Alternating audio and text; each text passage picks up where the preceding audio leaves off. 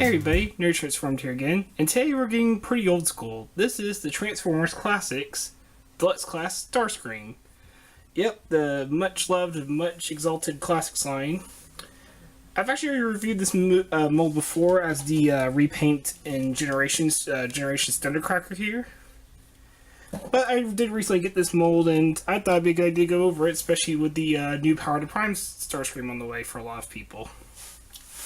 Now, I don't have Power to Prime Starscream, I am just covering Classics 1 here, but to be honest, this is still the kind of the definitive chug figure for a lot of people. This is the mold that held up the most for a lot of people.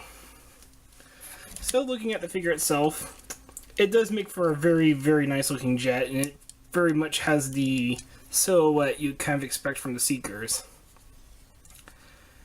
Like, you see this exact design, and that's what you immediately think of is Starscream and his buddies Thundercracker and Skywarp. Maybe Sunstorm and Acid Storm, too. But this is the mold that started it. Looking at it, does have some really nice detail. You can see right inside the cockpit, and you can see a chair kind of sculpted on the inside. The cockpit is done up in yellow clear plastic, so it's pretty nice. Engines are nicely molded, got the tail fins, got the wings here. The underside is kind of your typical Seeker mold where we kind of just have all the robot parts not really hiding, just kind of sitting underneath.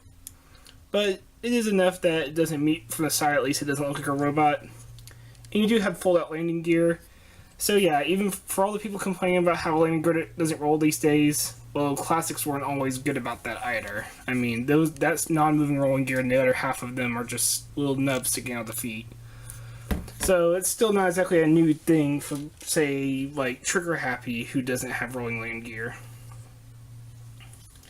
But since we have them out anyway, let's go ahead and grab Thundercracker and Trigger Happy here, just for some comparisons. Here he is with Thundercracker, who, as I said, is the same mold, but that would be good just to see kind of a difference in style and paint. And here he is next to Trigger Happy, just for a modern comparison. About the same size. I am going to focus on Thundercracker here with Starscream because I do feel like this kind of shows the two different ways of like older classic style versus the later style we got with Generations, because for some reason Classics were kind of upset. The Classic series, as much as people like to talk about it, was kind of obsessed with adding things that really didn't fit the character. For one thing, they would often add colors that really wouldn't fit. Like, for some reason, Optimus and Starscream, they were obsessed with adding yellow that wasn't originally there. You don't really see it in this mode, but you will see it in his robot mode more. Or like how Megatron, they tried to add green to him for whatever reason they felt it was necessary. It was kind of weird. It wasn't that it was necessarily bad, but it was really weird to see it. As well as change up the color schemes. As you can see, the wings do not follow the classic Seeker style at all of the two stripes with the Decepticon sigils. Instead, we have kind of the one gimmick that Classics had where there was a rub sign. Where, of course, like the G1 toys, you rub it and you can see their sigil. It might not come up on camera too well, but maybe if I really rub at it, you can kind of see the Decepticon sigil there. Let's go ahead and get Thundercracker out of here. And I guess you could say as an air gimmick where his little Seeker blasters, his null rays, they're actually missiles where if you press the little fin right here, it actually pops the missile out, which I'll just show. As you can see, still works pretty well. And you might call it a gimmick, but to be honest, back in the Classics series, having missiles was like having arms. It was kind of just expected with a toy when it had guns. So, today you might see missiles as a gimmick, but back then, nah, it was a normal thing, pretty much. Only weird thing is that, of course, you use them, and now that they're no longer the null rays, now you have weird little rocket booster looking things. But it is kind of interesting putting the missile in, does kind of complete the look. And of course, they are removable if you wish. You could just take them off and just have a normal looking jet if you want. But, you know, it's part of the Starscream silhouette. As far as paint, there is quite a bit. You do have the blue here. You do get some like a little bit of silver right here for the cockpit to cover up where the clear plastic is. You get some red for the wings, red back here. Some, let's see, is there any more paint on here actually? I don't think these are painted. These are just plastic. You do get some silver on the null rays itself, at least along the back. And of course the rest of the paint's for the robot mode. So a decent amount, even if it doesn't follow G1 Starscream. It was Classics. They were trying to make him keep G1 but do it a little different basically. But overall, really good jet mode. Now let's go ahead and get to the robot mode. To transform, you're just going to go ahead and take the back fins here. They are kind of stiff, but they'll just fold up like that. Then you're going to grab the wings, and they'll just flip over on this double hinge, like so. You can see this double hinge kind of coming out, and the second hinge right there kind of helps fold it up like so. Then you're just going to flip it over, grab the landing gear, and just fold it in to form the chest, or part of the chest. Go ahead and grab the back here and extend it to make his legs. You're going to grab the fins and they'll just rotate and peg back into the same hole. Kind of a neat reuse, pegging like so. Grab these pieces right here and just bring them mounted for his feet. As you saw, that also split the legs. So we can go ahead and get Starscream standing right here. If you would like to stand. Mine has kind of loose hips. Which kind of sucks because this was the original release of it and mold already has loose legs. Go ahead and pop open the chest and back here. Unpeg the cone from right here. You can see it actually untabs right there. You're actually going to rotate it around and bring it down into where the chest is. And before you close it back up, go ahead and grab these little side pieces here and there we go. Flip them out because those will form his arms. As you can see from here, like so. Then you can close the chest back up. Go ahead and flip out the hands, like so. Oh, they are really stiff. One moment. There. The hinges on his hands are really stiff for mine. And this was something I was going to mention. You might have noticed in the jet mode, you could see where his head was. On the later releases like Skywarp and Thundercracker, that was painted to kind of hide the head better. But finally, you're going to take the cone, just bring it on back. It is on a double hinge as well. And much like the G1, you could just have the cone stick it straight out like that, like the G1 toy. But you are meant to go extra hinge. Flip it out back and now get it off of his head completely. Then just take his little null rays, unplug them from the wings, and plug them into the sides of his arms. Like so. And once again, very nice silhouette. And there you have the mighty classic Starscream in his robot mode. Alright, now we got him all transformed up. Let's go ahead and get comparisons out of the way. Here is classic Starscream next to Generations Thundercracker. And let's bring Trigger Happy back in because he does have a very similar silhouette. You know, he's got the tail fins, he's got the wings, he's got the cockpit for a chest. He even has the nose cone on the back. So very similar silhouettes, but very differently done transformations and styles. And just because I have him on hand from the last review, here he is next to Classics Astro Train. Oh, and he knocked over Starscream. Yeah, you can kind of see one of the problems with this mold is that they don't really have any heels. So they have a tendency to fall over because all they're balancing on is just this flat part here. Not the whole foot, just the flat part here and the engines there. So it does make his balancing act very, very tricky, especially with not heavy back kibble, but there is a bit with the wings and the tail and the cone, so it can be really tricky. Kind of just have to spread the feet out a little to kind of get them to stand. Thundercracker has similar issues, and it's not even really loose joints, more just semi-lacking design. Not bad design, but a little bit lacking. But looking here, you can see Starscream has a bit of a weird thing going on where they did want to revamp up his color scheme, and it does still look like Starscream. You still got the red, you got the gray, you got the blue, you got everything where you kind of expected, but they kind of added this weird yellow. And his color scheme's a little too broken up. I mean, you look at the Thundercracker version here, and he's very solid in his colors. Big chunk of silver, lots of blue and black with little hints of red and gray and blue to break it up in places. Starscream, it's like he's constantly can't stay the same. The one that's really like a big block is like right here along the top of the legs and his arms. Everything else is being constantly broken up with something else. Which does look good, but it makes him look very busy for Starscream. Plus, also, his face, for whatever reason, decided to leave just a normal gray. And he really could use the same silver that Skywarp and Thundercracker got over here. As without the paint, his face details are actually really blotted out. You can still see his eyes because they're painted red.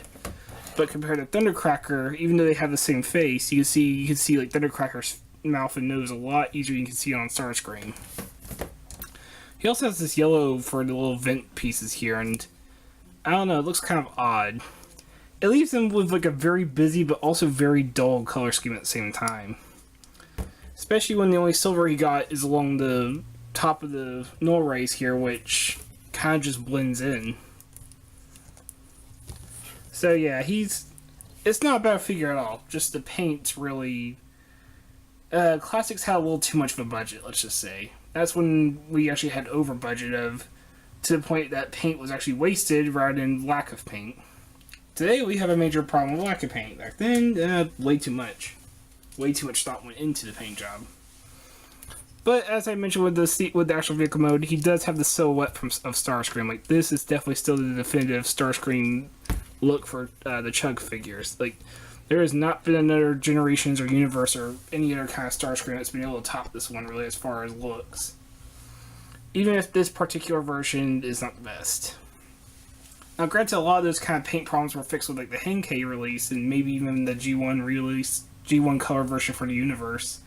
All that one kind of has a problem of being a little too simple because it's using the G1 colors. Plus, this mold does have some other limitations.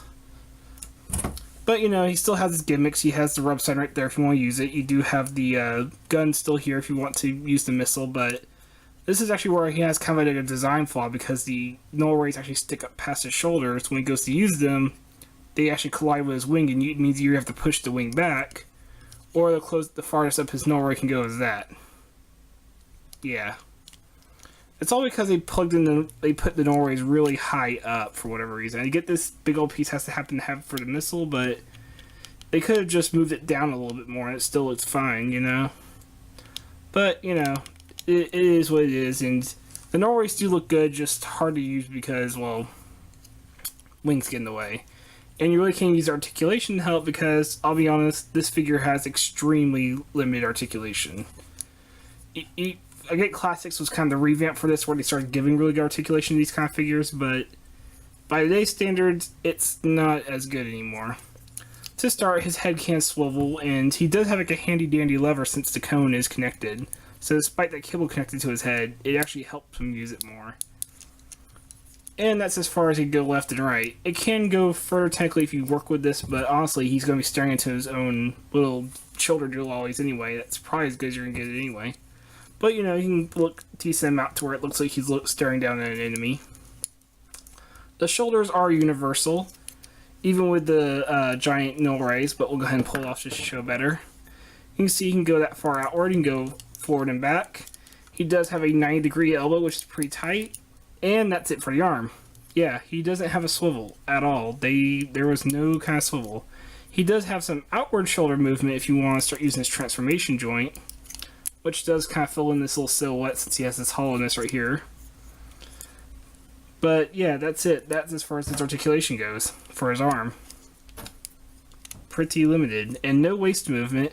The hips are ball jointed, so they're universal, but they're also a little bit limited because they start hitting the top of his leg here, and they can't go back at all, really. They can go slight amount, but not much. He does have knees, which are 90 degrees and they look good. And he does have a swivel, but the swivel is below the knee.